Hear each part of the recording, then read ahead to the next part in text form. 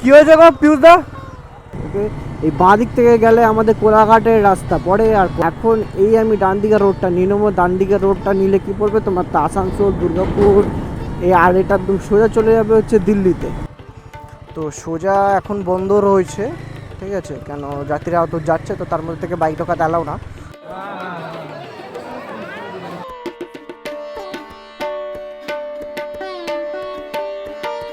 যে আমরা তো জানি যে এটা শ্রাবণ মাস, কিন্তু শ্রাবণ মাস আলটিমেটলি কেন লোক জল ভরে বাবার মাথায় গিয়ে ঢালে, বা গঙ্গা জল বাবার মাথায় গিয়ে দেয়, তার রিজনটা কি?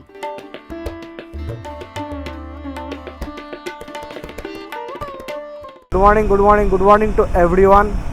আর আজকে টাইটেল থাম্বনেল দেখে বুঝেই গেছো যে কোথায় যাচ্ছি অ্যান্ড কি কারণে যাচ্ছি। তো ছোট ছোট দিয়ে দিয়েছি আমি, ভিডিও স্টার্টিংয়ে ছোট ছোট ক্লিপ দিয়ে দিয়েছি, তো বুঝতেই পারছো যাচ্ছি তারকেশ্বর।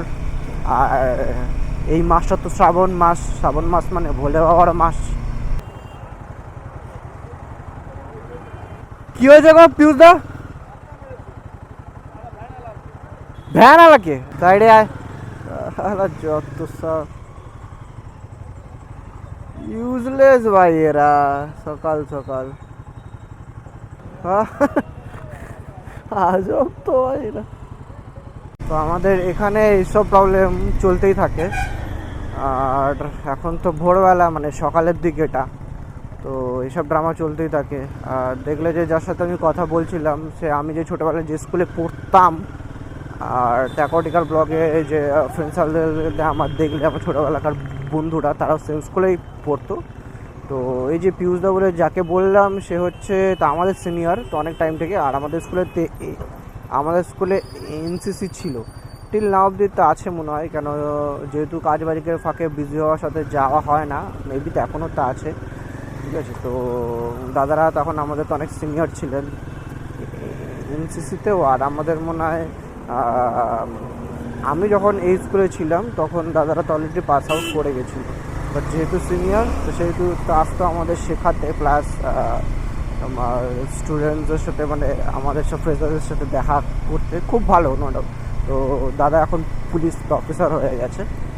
তো কী করেছে, এই তোমার 407টাতে একটা ভ্যানালাকে ঠুকে দিয়েছিল, এসে ব্যাস ধরেছে।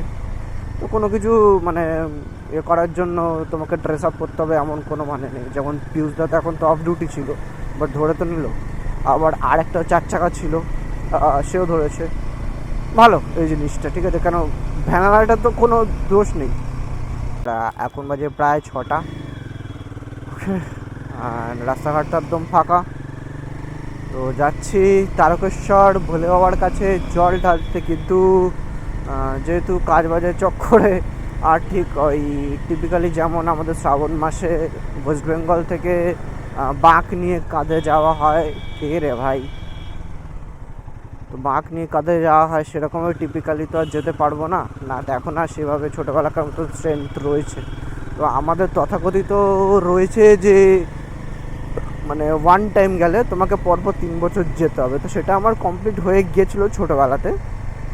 তারপর থেকে আমি আর অ্যাজ সাচ যেতে পারিনি, এরকমই। অ্যান্ড যখনই যাই তা তখন গাড়ি নিয়ে যাই, যেমন আগের বছরও গিয়েছিলাম, ঠিক আছে।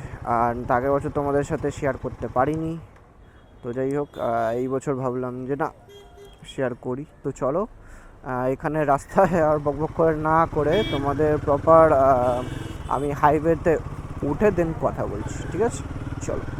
তো যারা যারা এই কানেক্টরটাকে চেনো না তারা ভালো করে চিনে নাও, বুঝে নাও, ওকে। এই বাঁ দিক থেকে গেলে আমাদের কোলাঘাটের রাস্তা পড়ে, আর কোলাঘাট মানেই হচ্ছে আমাদের দীঘা, পুরী, তারপর ওই দিক থেকে আরও খড়গপুর ধরে মানে একদম খড়গপুর ধরে স্ট্রেট চলে গেলে চেন্নাই রোড এসবই পড়ে। আর এখন এই আমি ডান দিকের রোডটা নিয়ে নেবো। ডান দিকের রোডটা নিলে কী পড়বে তোমার, তো আসানসোল, দুর্গাপুর, এই আর এটা একদম সোজা চলে যাবে হচ্ছে দিল্লিতে, ওকে।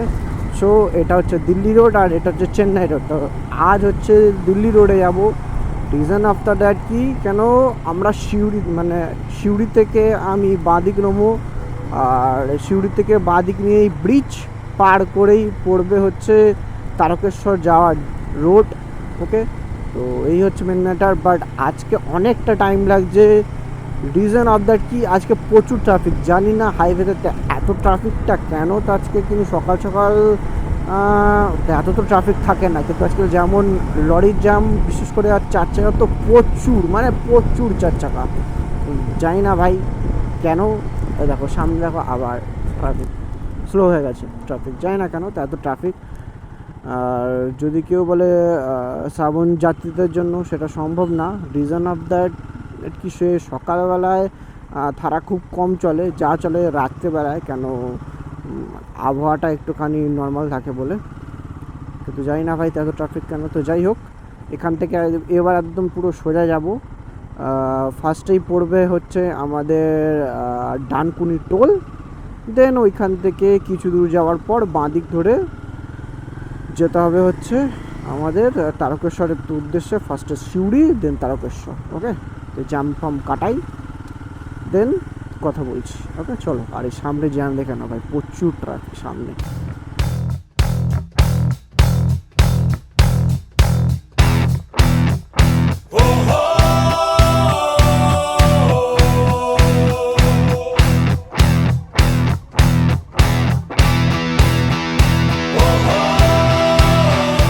তো এই ডান দিকেরটা হচ্ছে এবার সোজা চলে যাচ্ছে আমাদের আসানসোল দুর্গাপুর যাই হলো। তো এই বাঁ দিকের জায়গাটা নিয়ে নেমে, এটা দুভাগে ভাগ হয়ে যাচ্ছে, এই বাঁ দিকের জায়গাটা নিয়ে নেমে এইখান থেকে ঘুরে দেন সিউড়ির রোডটা পড়ে। তো আজকে ভাবলাম ভোলে বাবাকে দেখানোর আগে, মানে তারকেশ্বর দেখানোর আগে তোমাদেরকে দেখাবো হচ্ছে ডাকাতকালী মন্দির। ডাকাতকালী নাম শুনে হয়তো বুঝতে পারছো যে এটা একটা মা কালীর মন্দির। তথাকথিত রয়েছে যে আগেকার টাইমে ডাকাতরা এইখানে, মানে আগেকার টাইমে ডাকাতদের তো অনেক উপদ্রব ছিলই।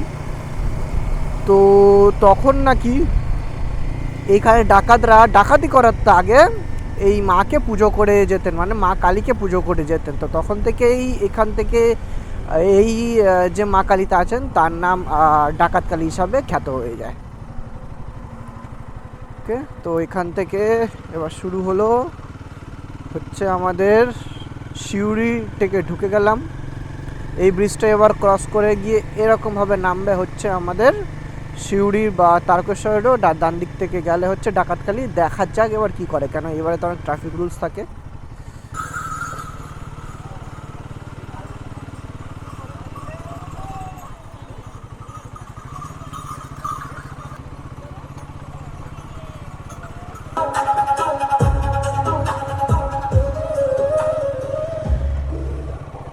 তো তোমরা রাস্তায় এরকম দেখতেই পারবে যে ছোট ছোট এরকম সেবা কেন্দ্র রয়েছে। এটা কিন্তু অনেকজনই করে, ঠিক আছে, সেবা করে যে এই জল যাত্রীদের, যারা গিয়ে তারকনাথে বাবা তারকনাথের মাথায় গিয়ে জল দেবে, তাদের জন্য কিন্তু তোমার এই ব্যবস্থাটা আছে যে তারা অল্প কিছু এরকম মানে জল, ঠিক আছে, খাবার দাবার হালকা কিছু, তো এরকম এরা সেবা পেয়েই থাকে। তো এই জিনিসটা আমার মনে হয় যারা যারা জানো না তাদের কাছে মনে হয় জানাটা দরকার, যে কত বড় ফেস্টিভ্যাল বা কত বড় একটা এরকম তো উৎসব আমাদের ভারতবর্ষে নানানভাবে বয়ে চলেছে। আই গেস এই ডান দিকটাই হচ্ছে ডাকাতকালী মন্দির।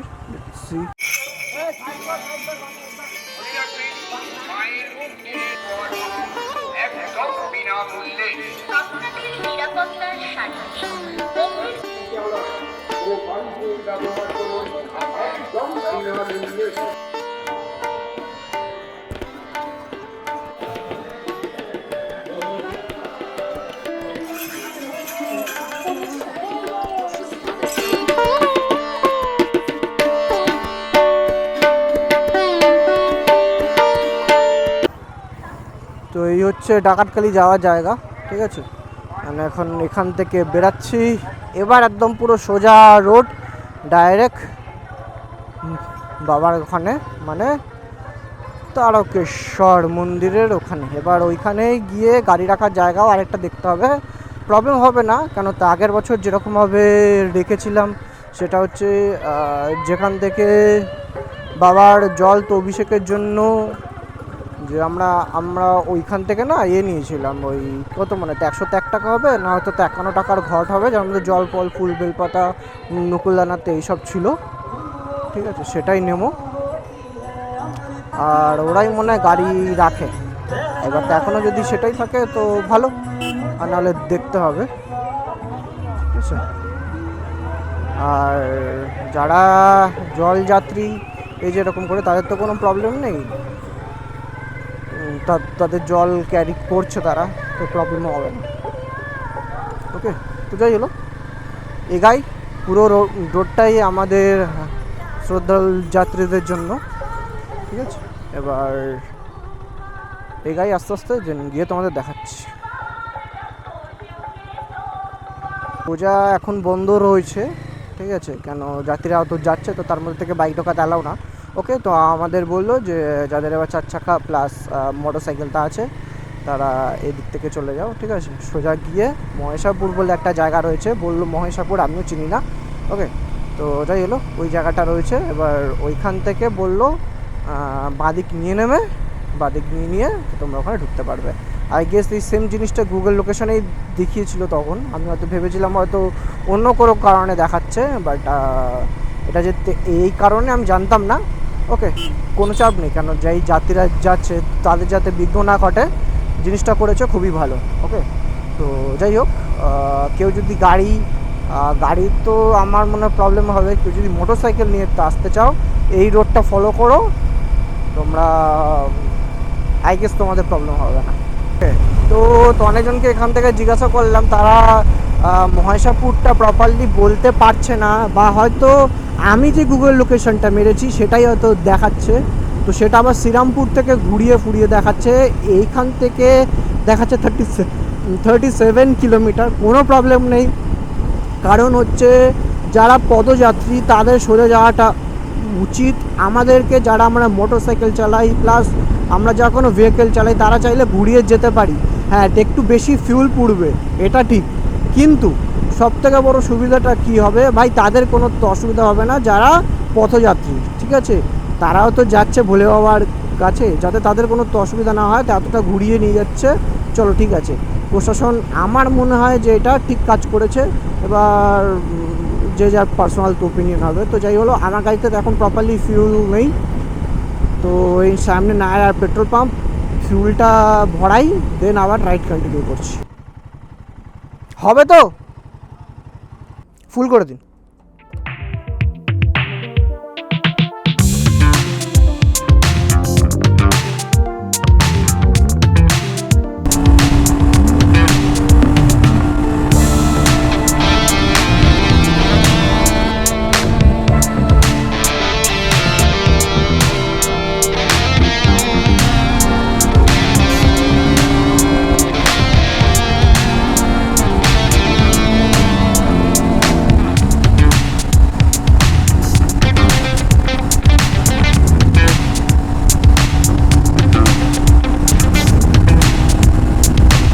এই হচ্ছে আমাদের হাইওয়ে। তো একটা জিনিসের জন্য, একটা ইনফরমেশন দেওয়ার জন্য তোমার দাঁড়ালাম এখানে আমি। ইনফরমেশনটা কি, যে আমরা তো জানি যে এটা শ্রাবণ মাস, কিন্তু শ্রাবণ মাস আলটিমেটলি কেন লোক জল ভরে বাবার মাথায় গিয়ে ঢালে, বা গঙ্গার জল বাবার মাথায় গিয়ে দেয়, তার রিজনটা কি? তথাকথিত বলা হয় যে আমাদের হিন্দু মাইথোলজি অনুযায়ী, যে যখন সমুদ্র মন্থন হয়েছিল তখন অমৃত আসার অনেকক্ষণ আগে হলাহল বীজ উঠেছিল, সেটা আমরা সবাই জানি। তখন ভোলে বাবা কি করেছিল, যাতে সম্পূর্ণ বিশ্বের না ক্ষতি হয়, তার জন্যই ভোলে বাবা স্বয়ং সেই গরলটাকে ধারণ করেছিল তার এই কণ্ঠনালীতে, মানে গলায়, ঠিক আছে। আর মা পার্বতী স্বয়ং এসে সেই গলার এই জায়গাটাতে তিনি টাচ করে, বা হাত দিয়ে যাই হোক, তার গলাটা এরকম ভাবে টাচ করে রাখে, যাতে শরীরে যাতে তার এই গরলটা যাতে না যায়। কিন্তু এবার সব জিনিসের তো একটা এফেক্ট থাকেই, তো ভোলে বাবা গরল তো নিয়ে নিল, কিন্তু কি হলো তার, ভোলে বাবা এই গরলের কারণে না তার সম্পূর্ণ শরীর জ্বালা করতে লাগলো, মানে গরম হতে লাগলো শরীর এরকম। তার জন্য সম্পূর্ণ দেবতারা মিলে ডিসাইড করলো কি, যে ভোলে বাবাকে শীতল জল ঢালা হবে মাথায়। তো সম্পূর্ণ ব্রহ্মাণ্ডের যারা যারা রয়েছে, সম্পূর্ণ দেবতা দেবী পক্ষ পিশাচ যারাই ছিল, সম্পূর্ণ সবাই মিলে ভোলে বাবার মাথায় জল ঢেলেছে যাতে ভোলে বাবার ওই জ্বালা, ওই শরীরের গরম এটা যাতে কমে যায়, ঠিক আছে, শান্তির জন্য। তার জন্যই এই শ্রাবণ মাসে অ্যাজ আ হিন্দু মাইথোলজি অনুযায়ী দেবদেবীরাও যেটা করেছিলেন ভোলে বাবার জন্য, তাই আমরাও সেই রিচুয়ালসটাকে ফলো করি। তার জন্য এই শ্রাবণ মাসে সবাই নিজের নিজের মানে ভাবে, কেউ হেঁটে যায়, ঠিক আছে, আমি যেমন এই বাইক নিয়ে যাচ্ছি, কেউ কেউ আবার 4 চাকায় জায়গায় ইউপি বিহার থেকেও আবার তনেগড়ের জায়গা থেকে 4 চাকা করে আসে, বাসে করে আসে, লরি করে আসে। কিন্তু যার যেখানে ভোলে বাবার প্রতিষ্ঠিত জায়গা রয়েছে, যেমন আমাদের এই পশ্চিমবঙ্গে বাবা তারকনাথ রয়েছেন, ঝাড়খণ্ডে তোমার রয়েছে বাবাধাম আছে, তো এরকম নানান জায়গায় তো এরকম ভক্তরা যায়, আমার মতন সবাই ভোলে বাবার ভক্ত আশা করি। তো তারা যায়, তারা নিজের শ্রদ্ধা জানায়, নিজের ভগবানের প্রতি ভালোবাসা জানায়, এই জলটা তর্পণ করে তার মাথায়। তো আশা করি এই ইনফরমেশনটা সবার ভালো লাগলো, এটা কন্টিনিউ করি। আর তার আগে বলতে চাই, তোমরা যদি সবাই ভোলে বাবার ভক্ত হও, প্লাস মহাদেবকে যদি সত্যি মনে হয় যে মহাদেব আমাদের জন্য কোন জায়গায় রয়েছে, ভগবানের থেকেও অনেক বড় জায়গায় রয়েছে, আমার হিসাবে তো আমার গুরু, ঠিক আছে, তোমাদেরও কোথাও না কোথাও রয়েছে, তো কমেন্টে বা তোমরা নিজেরও বলতে পারো হর হর মহাদেব, জয় বাবা ভোলেনাথ, জয় বাবা তারকনাথ। ওকে, চলো রাইডটা কন্টিনিউ করি।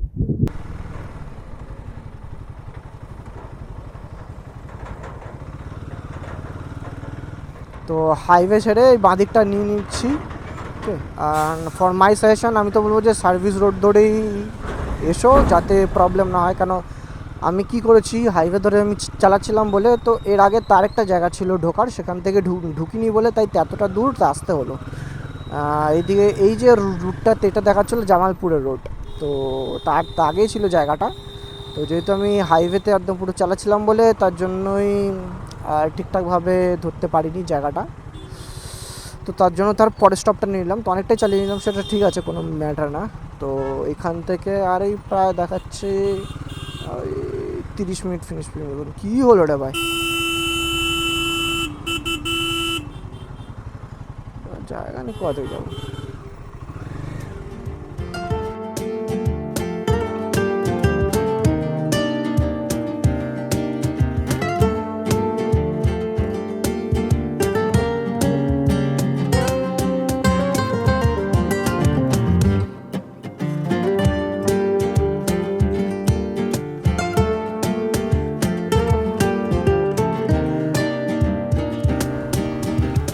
কিছু দূর যাওয়ার পর তারকেশ্বরের এই ছোটো রুটটা নিয়ে নিলাম, এটাই হচ্ছে তারকেশ্বরের স্টেশন রোড। ওকে, এই রুটটা ধরেই এখন যাচ্ছি।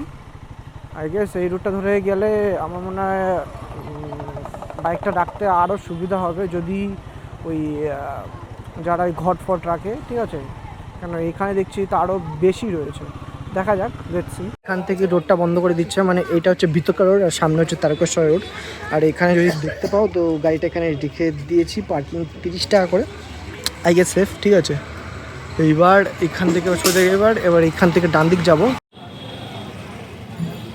হ্যাঁ,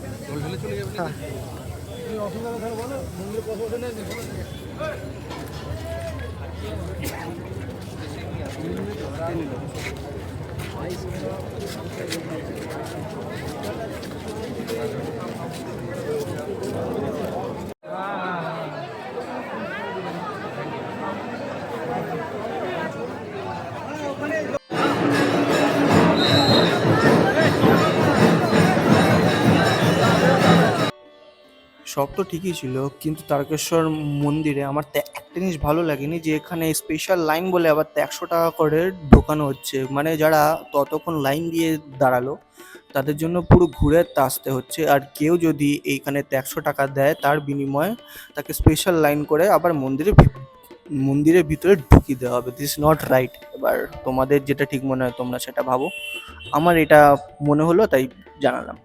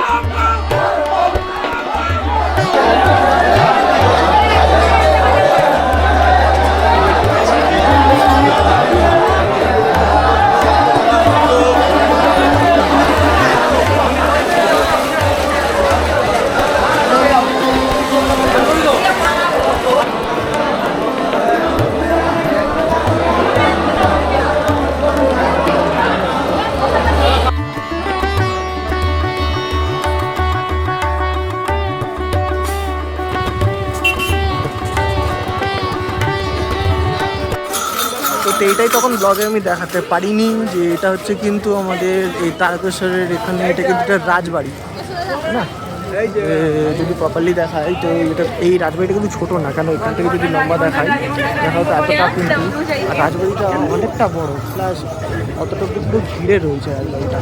ঠিক আছে, এইটা আমার জন্য ফার্স্ট টাইম, তো তোমাদেরও জানিয়ে দিলাম যারা যারা জানো না আমার মতন তারা জেনে নাও।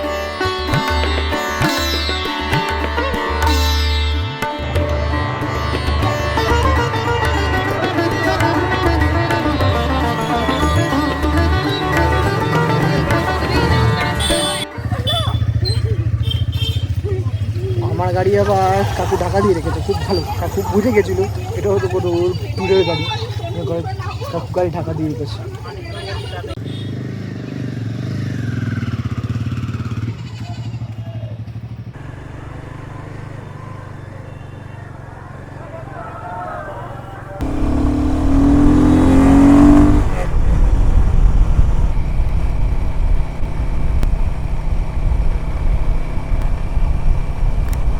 আর অল্প অল্প বৃষ্টি হওয়া শুরু হয়ে গেছে। আর গোটা এন্টার ব্লগটা কেমন লাগলো তোমাদের প্লিজ কমেন্ট করে জানিও। অ্যান্ড আজকের জন্য তো এইটুকুই, খুব শিগগিরই ফিরছি নিউ একটা ট্রিপের ব্লগ নিয়ে। ওকে চলো tata and Har Har Mahadev, bye bye.